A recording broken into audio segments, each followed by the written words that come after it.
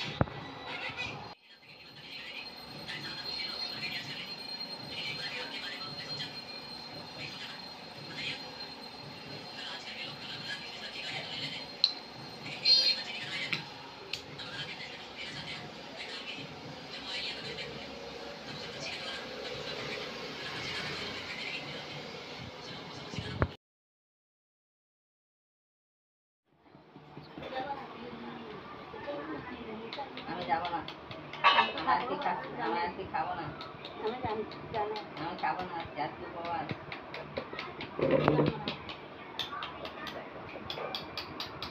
মজা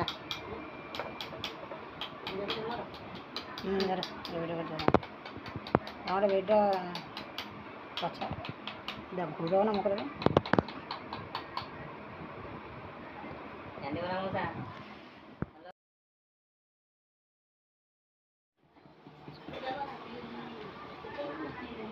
আমি যাব না, আমার আজকে খাবো না, আমি খাবো না আজকে উপবাস।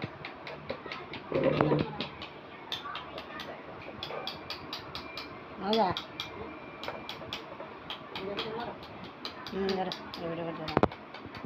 আমার বেডটা পছা দেখ ঘুরো না মুখে দেবে